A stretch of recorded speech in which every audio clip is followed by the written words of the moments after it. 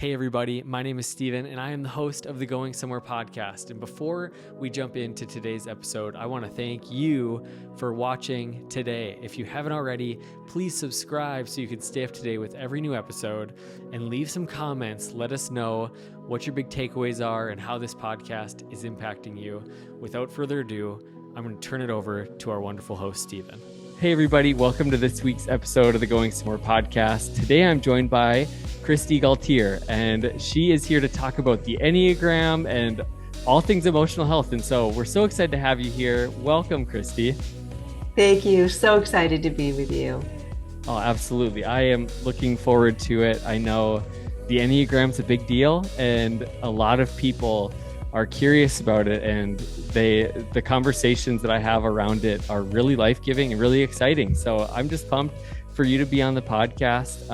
Do you mind just giving us a little bit of background on who you are, what you and your husband do together? Oh, sure. Well, I'm a fellow Jesus follower, most of all, and on the journey with each of you, a little bit ahead of most of you now. My husband and I started a ministry called Soul Shepherding, and it's a ministry where we train spiritual directors and coaches.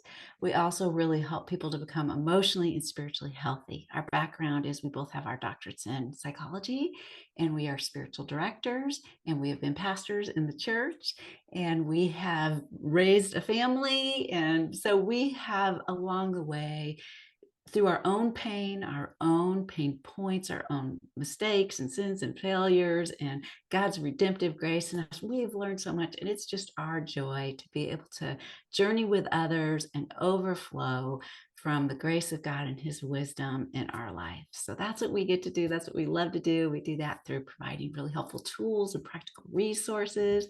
We do that through retreats where people could come away in immersive experiences.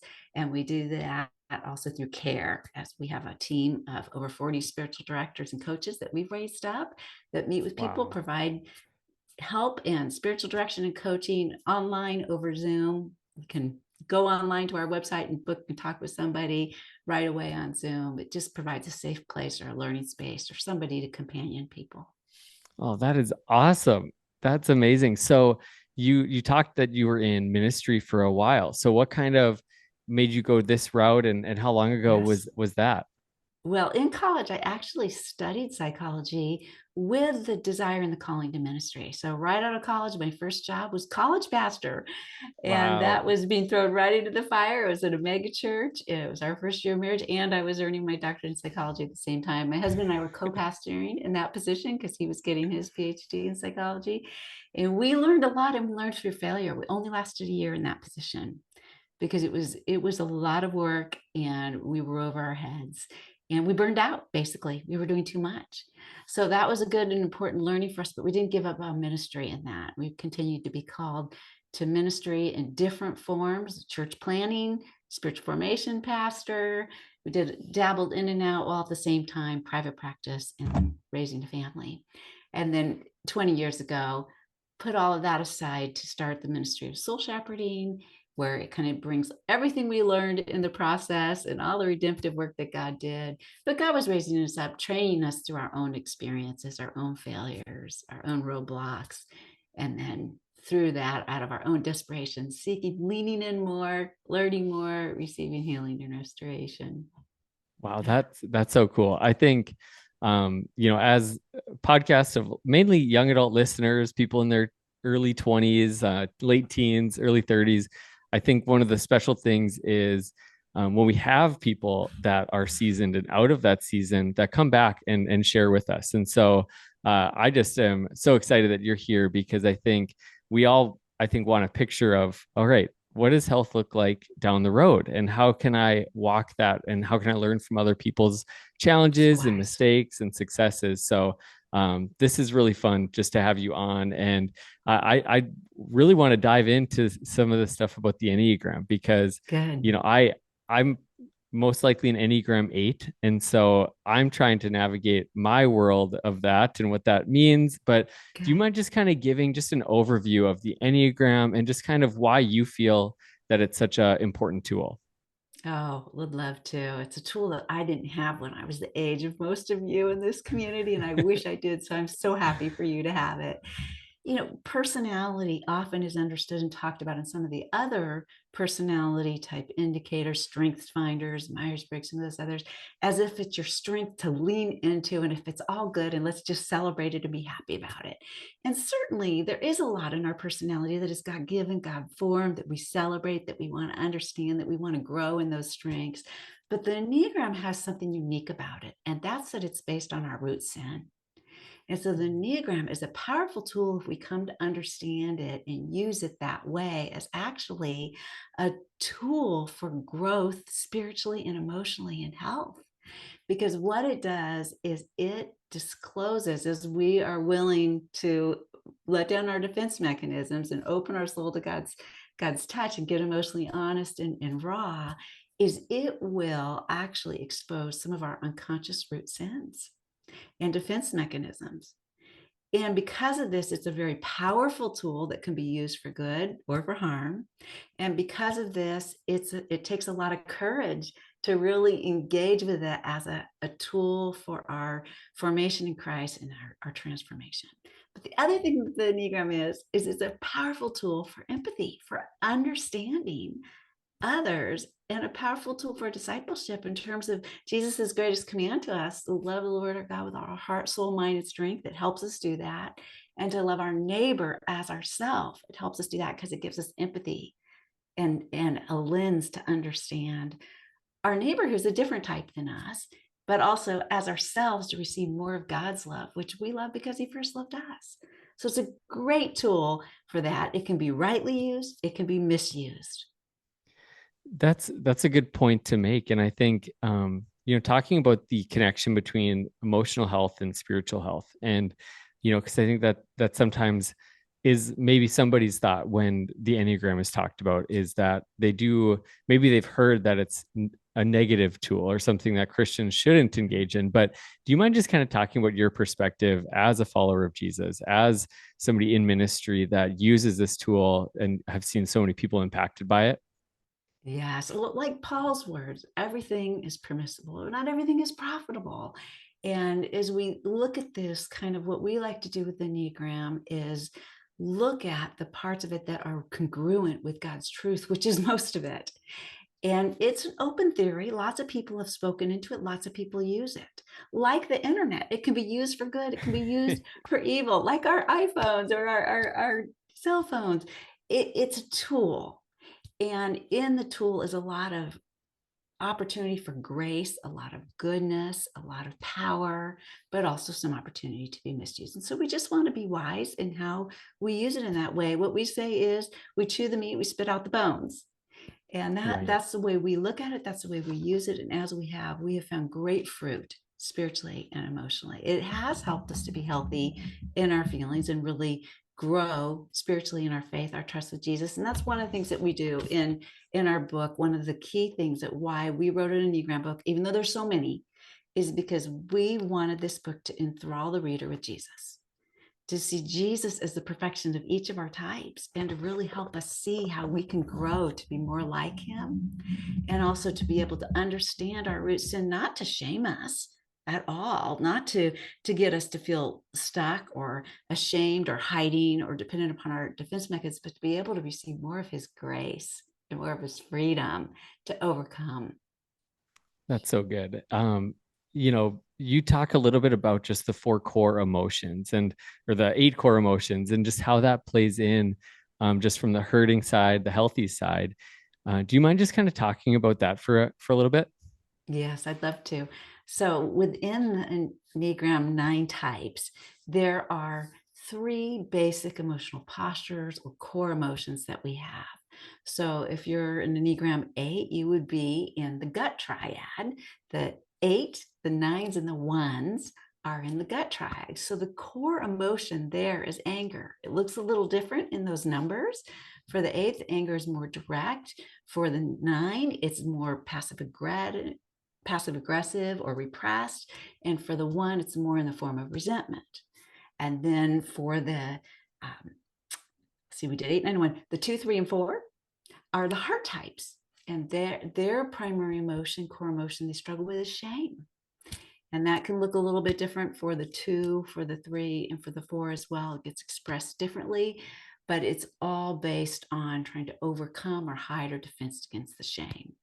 And then the 5, 6, and 7 are the head triad. Their core emotion is anxiety. Their defensive posture, their personality is formed to try to protect them and defend against anxiety. These are the core emotions. And we find that emotions actually stack under each other. So we have a different emotion that we go to in stress, which is usually the number that our type goes to in stress. So each type has a map of where they go towards growth or towards stress, which is also unique and really special about the Enneagram as well. So if we look at our map, so here's the map for the type 3. The type 3 might have a wing, which is why the numbers on either side are bigger. They might have developed one of those wings. We usually develop one wing in the first half of our life and the other in our second half of life. Okay. And then in stress, the 3 goes to the 9. So you can see the 9's a little bigger here. So the 3 struggles with shame as their basic posture of emotion. But in stress, they go to the 9 with the anger.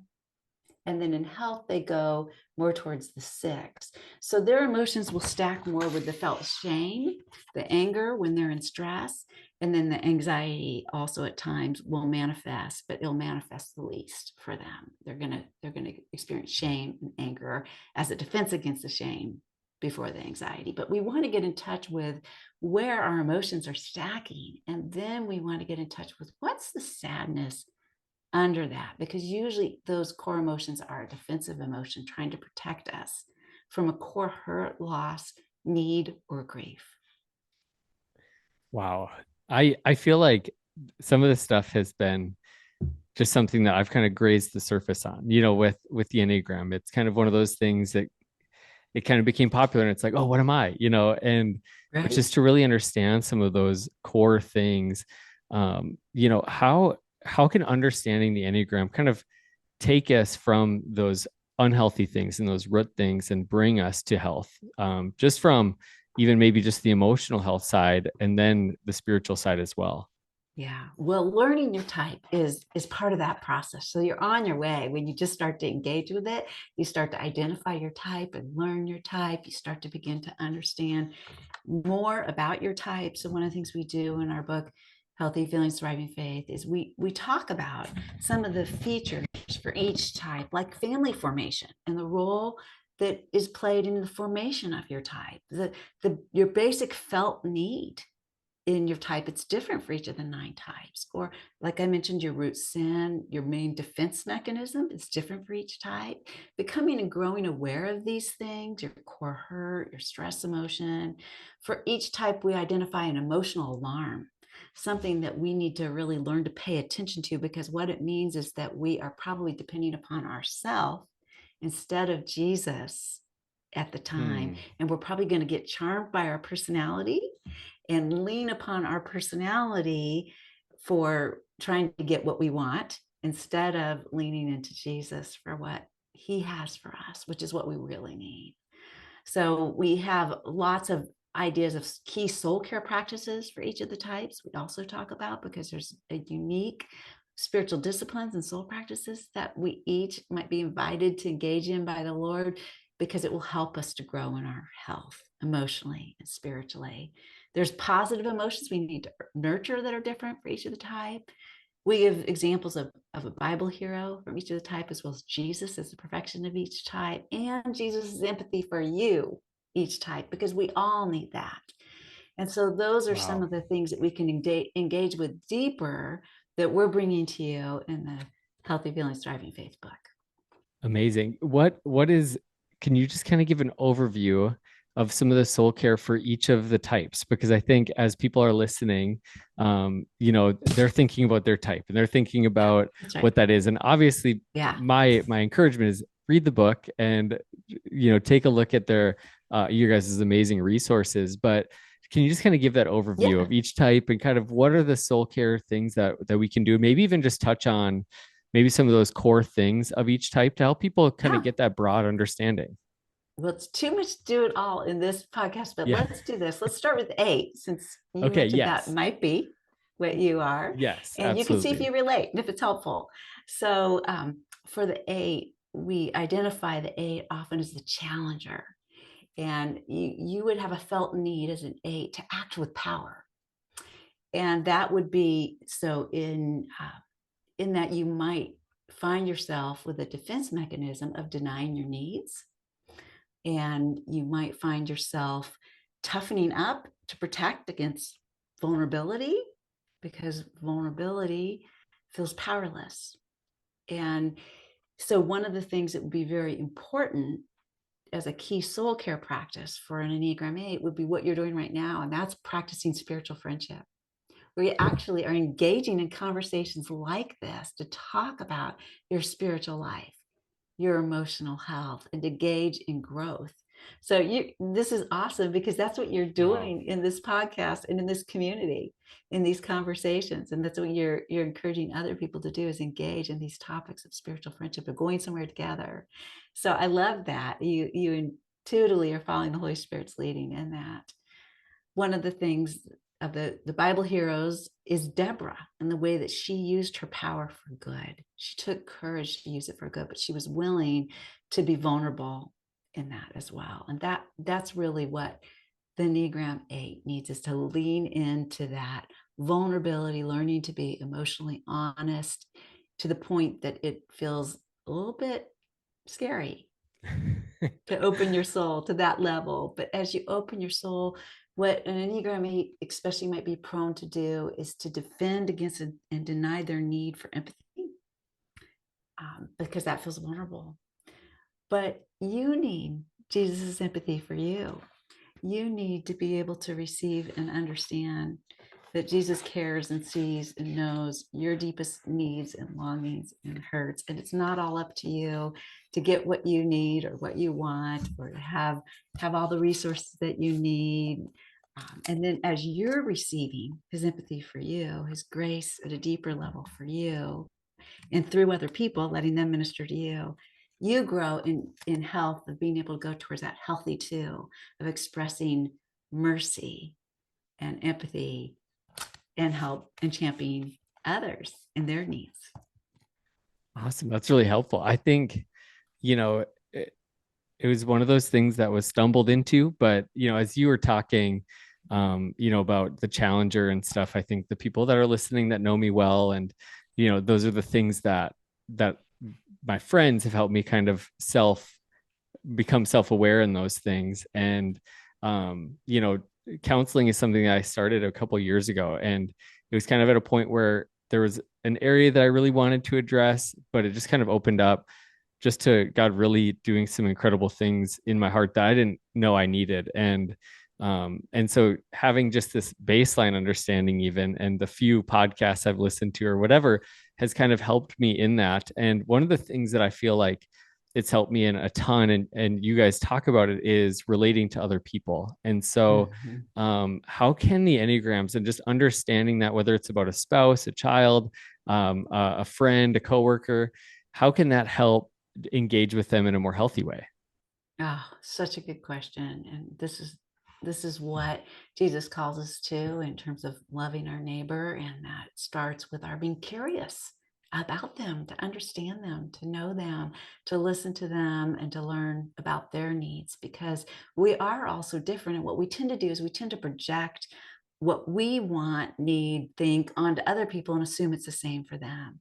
But it's not, because we're so uniquely, fearfully, and wonderfully made. And even within the 9 types, there's really more types, because there's subtypes of each type. So there's 3 different subtypes of each type. There's nuances, there's different wings, there's different levels of growth, of health within the Enneagram, in terms of how much of this work that you've done in your spiritual and emotional growth. So there's a lot of variety, but still understanding these basic core emotions and needs and pain points and longings and the emotional alarms all can help us to love. And one of the things that we very much emphasize is the importance of empathy, of really coming to understand, what is it like to be this person who I'm in relationships type. So my husband, he's an Enneagram 1. I'm an Enneagram 2. And so he sees things differently. He's all about wanting to be good. He's all about wanting things to be perfect and well ordered and to make a difference and to bring reform. And so when he's working really, really, really hard, and I am tempted in my Enneagram 2-ness to feel like he doesn't want me, he cares more about his work than me, it helps me to reframe and remember, oh no, he's being driven by what do I know about the ones? This is what's driving him. This isn't about me. I don't need to take this personally and react in defensiveness. I can actually pray for him because I see how hard he's striving or how hard he's working or how he's under the lie of the enemy that's afflicting him. And so it can really form my prayers for him. It can form my empathy for him because as I come to understand his type, it gives me words and language that I can actually use to check out if I am empathizing with him accurately. And when I do that, he feels so loved. He's like, oh, she gets it. She understands. And it also wakes him up to his personality, to his emotional alarm that, he is depending too much as an Enneagram 1. Personal obligation is his emotional alarm.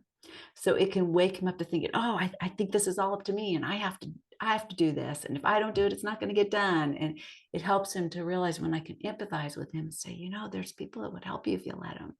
And I just go, oh, I forgot about that. I thought it was all on me because that's the earnest one tends to think it's all up to them.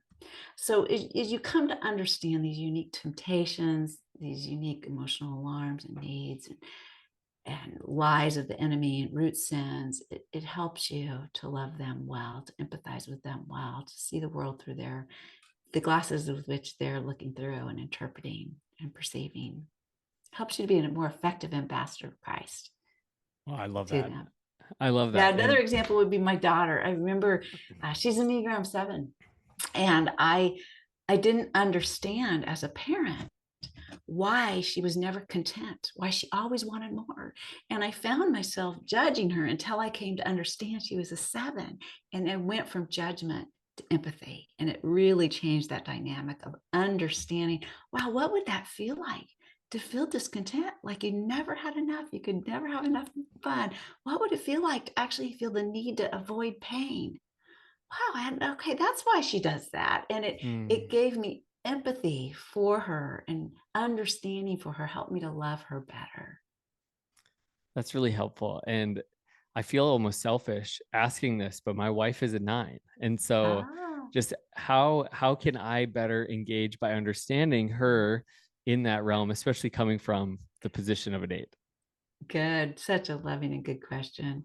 So yes, an Enneagram 9, their emotional alarm is accommodating others because the lie that they're susceptible to is that their presence doesn't matter. Hmm. And so, because they think that they don't matter, they will over accommodate. They'll even lose themselves merging with someone close to them because the felt need, what they're so seeking the most is peace and harmony in relationship. And so, all of their personality is bent toward trying to maintain and keep that peace, but they can lose themselves in the process. And this is where they can develop anxiety if there's conflict in a relationship or if the peace isn't there. This is where they can develop anger and resentment and some passive aggressiveness because they don't know how to assert or insert themselves. They know how to advocate for you and make space for you, but it's very hard for them to Hmm. hold on to their sense of self at the same time. So understanding that and really knowing, wait a second, I need to be really intentional as her husband to look for her needs, to ask her what she feels, to attune to her, because she's going to be unconsciously so attuned to me and so empathetic to me and so making space for me and my needs. And what they'll often do is they'll fall asleep to themselves or just shut down to themselves and their own needs and then lose that connection. But the connection is what they want and long for the most. So is you can help them to engage with you and to help them know that they're seen, they matter, they're wanted, their value, then they can wake up to bring their value. And that could be a great gift to help them engage. The positive emotion that the nines need to nurture is aliveness, activation, and you can help them, call them in to relationship and engagement and bringing their gifts, because they have great gifts to bring. We have a lot of Enneagram nines that come to us in soul shepherding to be trained as spiritual directors. They make tremendous spiritual directors because they do have a great ability to empathize with everybody and see all and understand people at very different polar realities and viewpoints. It's a real gift that nines have. Yeah, and I see a lot of that I hear in my wife, and and also a number of years ago we had a conflict where I she wanted a certain job, that there was kind of a job offer, and it financially it wasn't like a big jump. It actually didn't make a ton of sense, and I kind of started to make those rational decisions and kind of started to take charge, and eventually she just kind of said, you know, I I'm unhappy in my current job and I think this would be a great opportunity. And it was kind of like a light switch of like she was so used to kind of supporting me and helping me, and it kind of felt like a turning point. And even without understanding it, I think that was kind of a day where we kind of started to grasp and understand those differences in that. And so hearing what you said, which is like, man, I'm thinking of multiple things that kind of remind me of, wow, this is a huge factor in so many things. What's the biblical hero for the number nine? Abigail. So you remember here, Abigail she was a great advocate and peacemaker between Nabal and David in their conflict. Right. And you see her acting with such wisdom in negotiating that peace in that conflict, and her generosity in that. And so she was healthy and being activated to take courage to enter in, and she actually, saved. It was a very courageous act for her to do that. But then you see the beauty and the virtue of her as a peacemaker there. Wow, She's a that's so great cool. example of a healthy nine. I think that's such a fun aspect to it. I think for people to have a picture and to have an understanding of somebody else that it was positive, it was healthy, is a really cool thing that I think a lot of people will enjoy about your book and enjoy about your guys' resources. I wanted to talk about something that we kind of jumped into earlier, but the discipleship piece and just our discipleship to Jesus, and how this tool can be used to help us become more like Jesus, to help us love him more, and follow him more closely. Oh, so good. Thank you. One of the things is, just as we talked about the core emotions, for those that are the gut types that are really struggling with anger, one of the things we write about in the chapter on anger is that Jesus is your anger mediator, and how Jesus is there. He's the one that says, vengeance is mine. We don't need to over identify with our anger or what we can do, which is one expression, as the gut types tend to over identify with I am what I do, Hmm. and put too much emphasis on our doing, and instead finding our identity in Christ and not what I do, and not denying our core hurt, but being able to really uh, wake up to our anger, express it, bring it to Jesus, and trust it to Him, find our identity in Him. For the heart types, we will tend to over identify with what people think about us and get a distortion of our identity based on what people think about us, instead of what Jesus thinks about us. So Wow. in our Yeah. discipleship, to come to understand that our identity isn't based on that. For the twos, they tend to try to help people in order to make people feel good about them, to find their identity and being helpful. The threes do it in terms of achievement and success and impressing, performing. But Jesus doesn't look to us to do those things, to value us and to find our identity, or to free us from shame. The fours try to be unique, to feel special. But no, we are all special to Jesus. As we find our identity in Him, we come to learn that Jesus is our shame taker. And so Jesus is the perfect example of empathy. God's empathy is expressed in Jesus. This is the incarnation, right? God Himself becoming human to experience Yes. every temptation, hurt, need, pain, sin that we did in terms of being sinned against.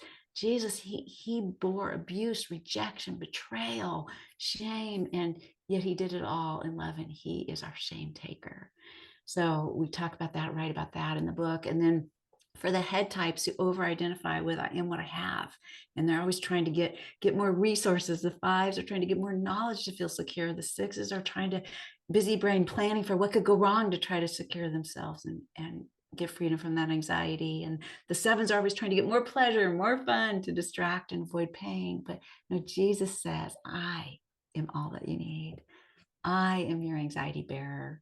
So these are some of the examples of what we write about in the book as well. And as we learn, most of all, that under those emotions and struggles, and we get in touch and we take our sadness, which is that underlying basic emotion, to Jesus, we find that he is our sadness comforter. And we look at Jesus, how he cares, and he has so much empathy for us and our emotions. And an example of this would even be in Luke 7, where Jesus sees the widow of Nain. And here she is vulnerable in her day because she's lost her husband and now her son.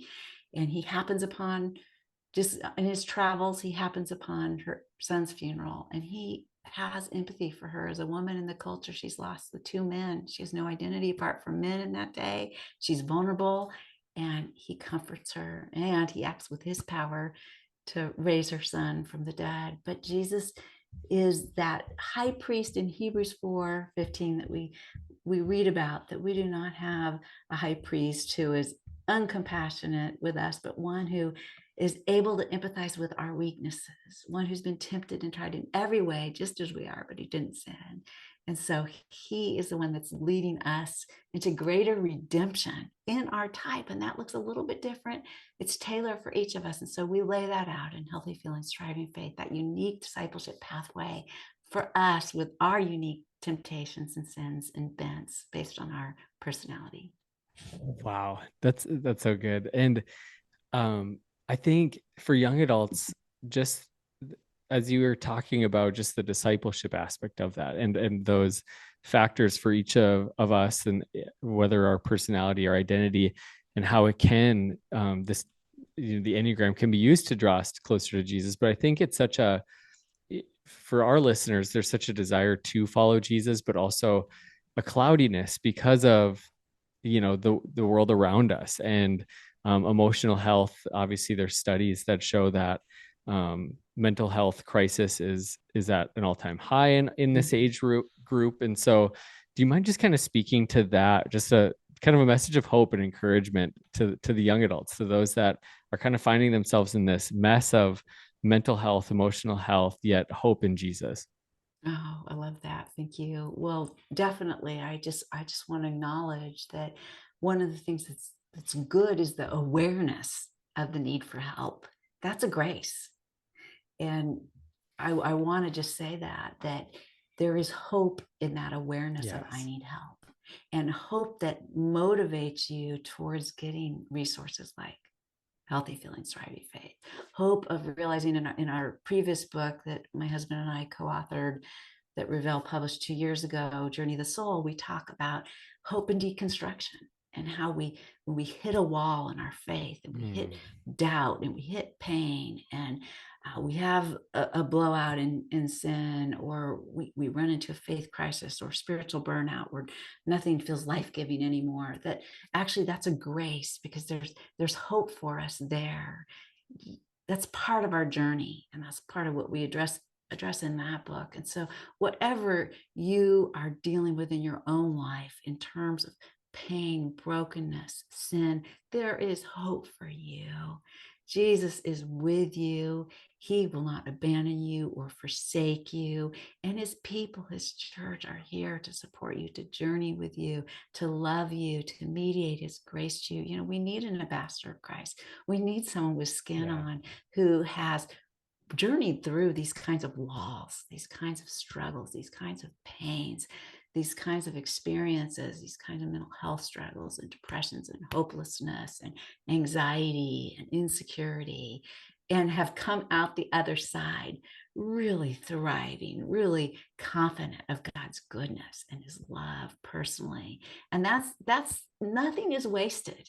That's the thing that I want to say to you, whatever age and stage you're in your life.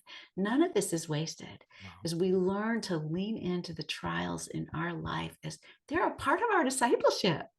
They're a part of us because we are, as our mentor Dallas Willard says, we're unceasing spiritual beings with an eternal destiny in God's great universe. So everything we do in this life is training, as Revelations 21 says, it's training for ruling and reigning with Christ in eternity. None of it's wasted. It all matters. So don't give up. Don't lose heart.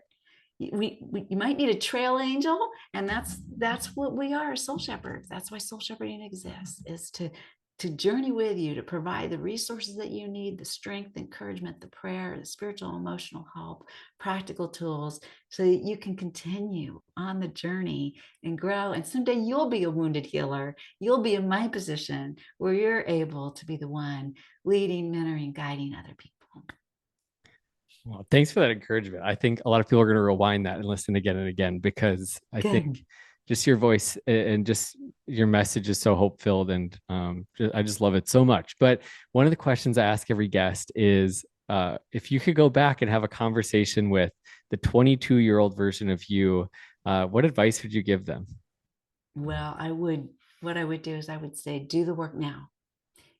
And one of the reasons I would is because I was doing the work then. I was doing a lot of painful work and in therapy. Now, part of that was because it was required of me in my training and getting my doctorate in psychology. I had to be in therapy and in group therapy. I had to be doing the work of Right. looking. But I also would say, don't be so afraid to engage with some of these helps.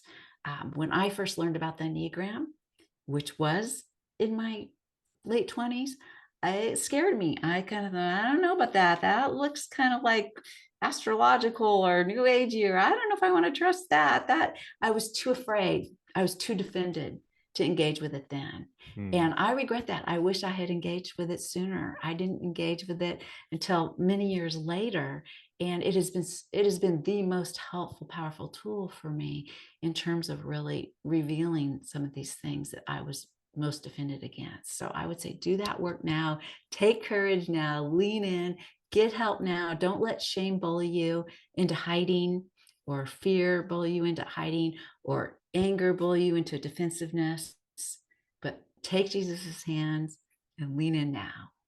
Oh, I love that. I love that. Thanks so much. This has been so encouraging. You are such an encouragement. I know I'm so excited for people to get your new book with your husband, Bill, um, Healthy Feelings, Thriving Faith.